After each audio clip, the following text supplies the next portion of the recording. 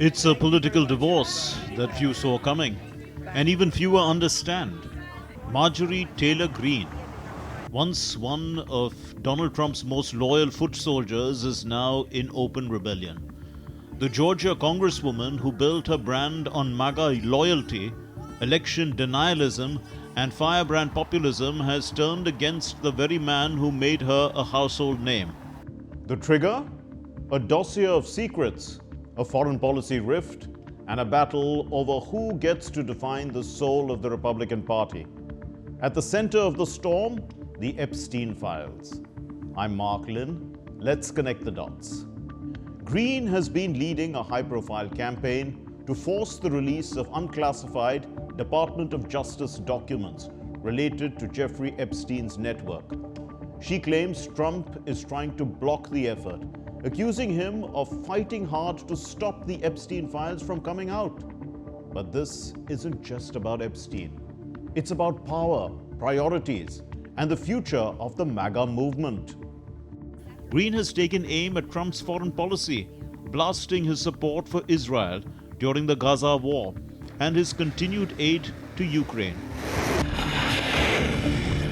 In her view, Trump is too focused on global entanglements and not doing enough to fix America's problems at home. She's also opposed his recent spending bill, particularly a provision that limits state-level regulation of artificial intelligence. And she's challenged his economic narrative, disputing his claims that inflation is under control and calling for a stronger Republican plan on health care. Yeah, so I don't know what happened to Marjorie. She's a nice woman, but I don't know what happened. She's lost her way, I think. But I have to view the presidency as a worldwide situation. You know, I got NATO to go from 2% to 5%. Well, that's very important. When you're president, you really sort of have to watch over the world because you're going to be dragged into it otherwise. You're going to be dragged into a world war.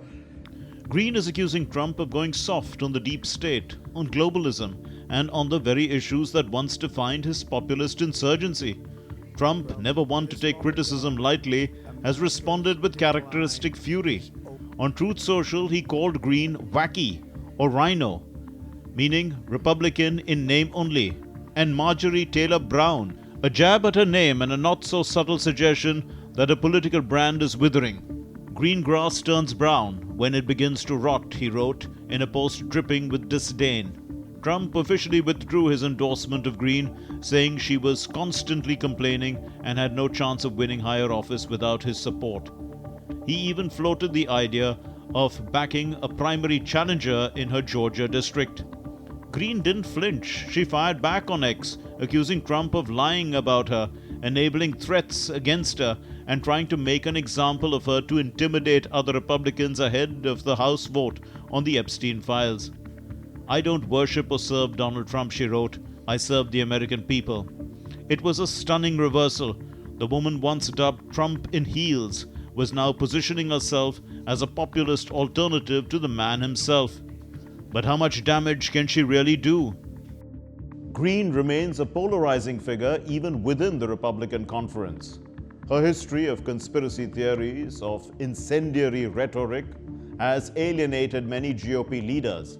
Her voting record, often at odds with the party leadership, has made her a liability in key negotiations. That limits her ability to build coalitions or sway moderates. Still, among Trump's most loyal base, the die-hard MAGA faithful, Greene's defiance resonates. Her attacks feed a growing narrative that Trump is betraying the movement, cozying up to the establishment, and abandoning the America First agenda. In primary heavy districts, that message could sting. And the Epstein Files vote, it's giving her a platform. Can you imagine how terrifying it would be to name names like that? These are some of the richest, most powerful people in the world. After a discharge petition gathered the required 218 signatures, the final one coming from Representative Adelita Grijalva on November 12. Speaker Mike Johnson announced that the House would bring the Epstein Files Transparency Act to a floor vote. The bill has bipartisan support. All 212 Democrats, plus a handful of Republicans, including Greene, Thomas Macy, Nancy Mace, and Lauren Boebert. Passage in the House is likely, but the real battle lies ahead. The Senate has shown no appetite to take up the bill. Majority Leader John Thune has been non-committal. A similar measure was tabled in September by a 51-49 vote. Even if it passes the Senate, it would land on President Trump's desk, and he's already called the effort a hoax. A veto is almost certain.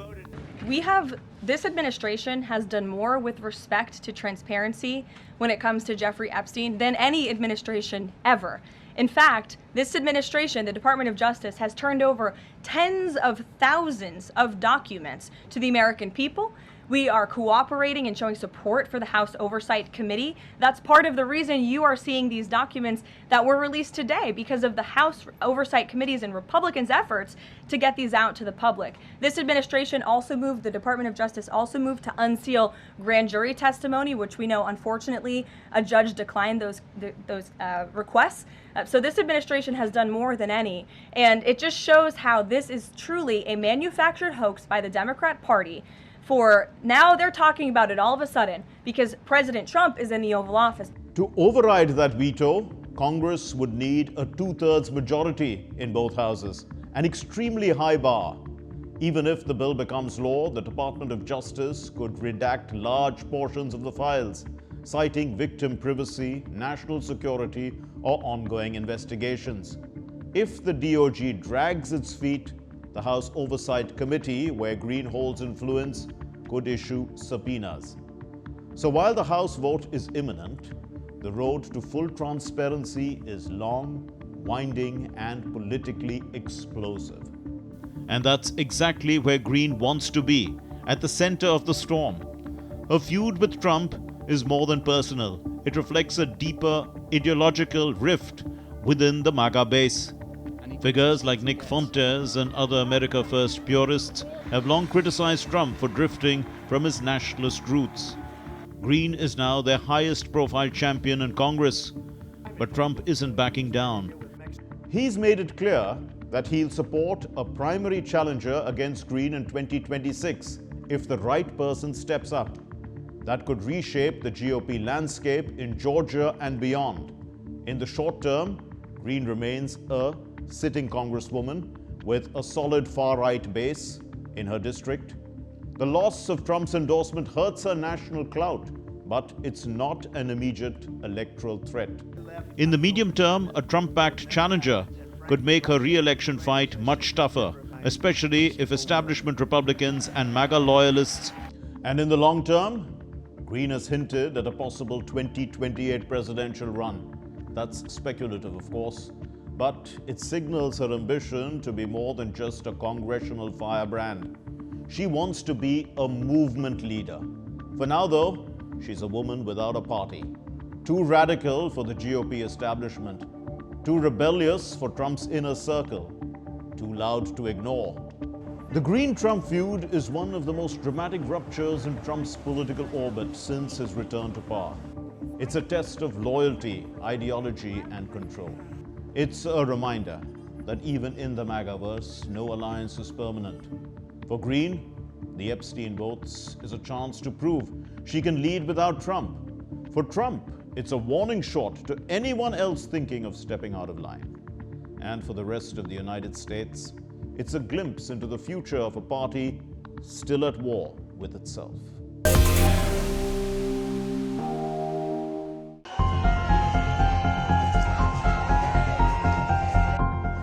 The visuals you see are from Chicago.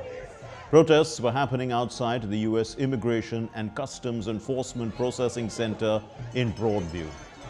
Police pushed the protesters back with batons. They used force and arrested them. This is wrong. I'm here because there's torture in that facility. It's a concentration camp, and because my conscience calls me to do it. What's happening here is evil, and the Illinois State Police are complicit in it. They're evil themselves. On November 14, about 300 people gathered at around 9:30 a.m., singing and praying. They then tried to move closer to the facility so that clergy could offer comfort to the detainees.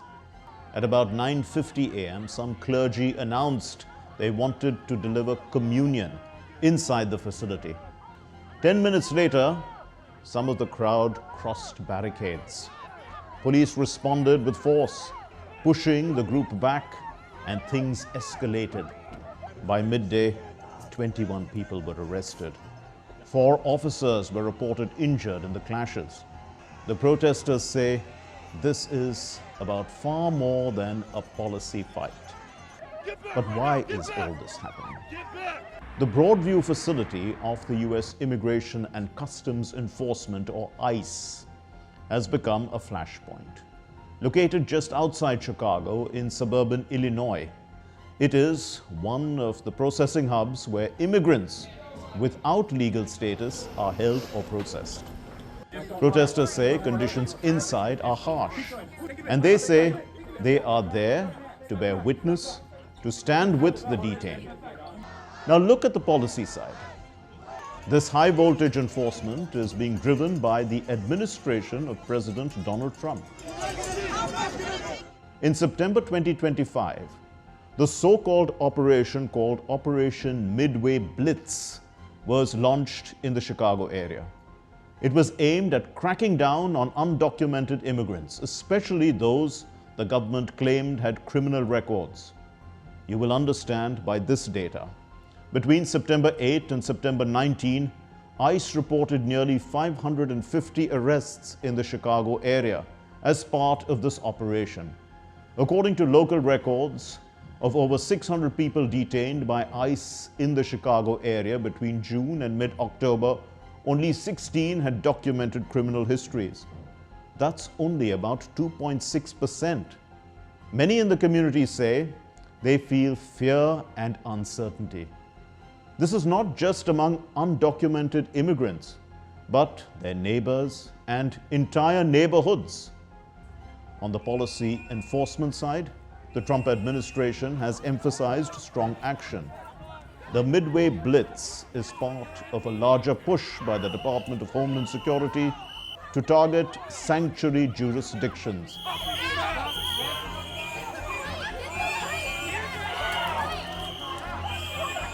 Sanctuary jurisdictions because these are the places where local authorities limit cooperation with federal immigration enforcement. Chicago, Illinois, and the surrounding region are such a place. In Chicago, activists have organized rapid response teams, whistles, community watchers, advising undocumented neighbors of ICE presence. ICE, you are not welcome here. National Guard, you are not welcome here. CBP, FBI, federal badges of any kind, you are absolutely not welcome here. Not in our neighborhoods, not in our streets, not in our workplaces, not on our buses, and not on our blocks. What's happening is totally unconstitutional.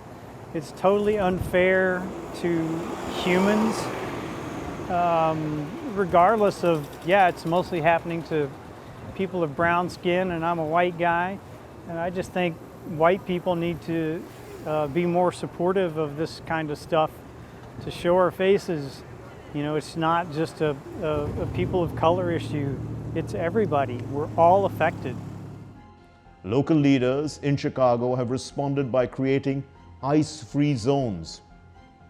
These are the areas where federal agents cannot enter without a warrant, such as schools, libraries, and parks.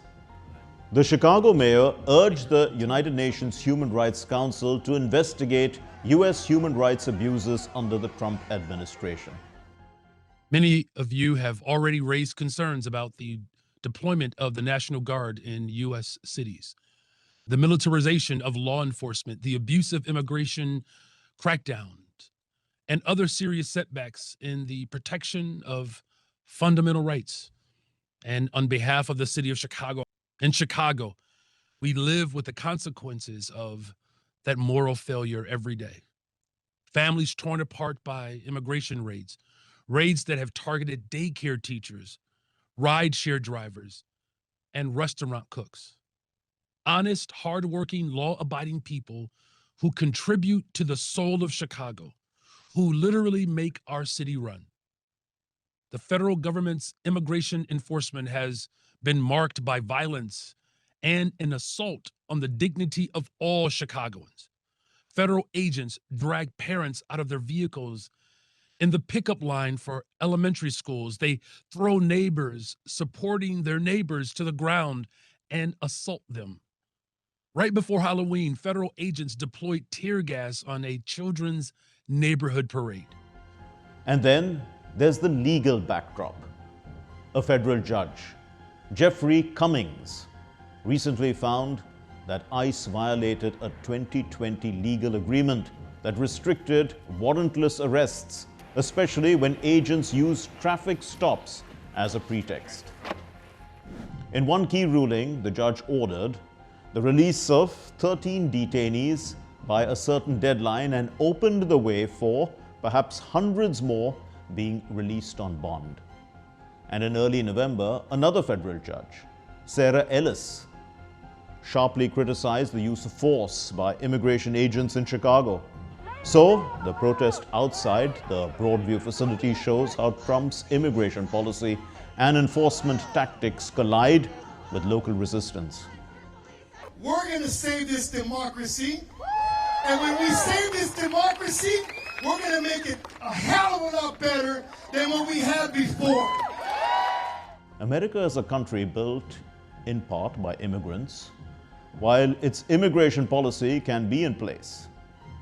But enforcing it in an inhuman way or treating immigrants like animals is something many find problematic. And Chicago is fighting against that only. That's all we have in this edition of Connecting the Dots. We will see you in the next episode with more raging issues. Until then, it's goodbye from all of us in the Daily Newsroom. This is Mark Lynn signing off. Take care and stay safe.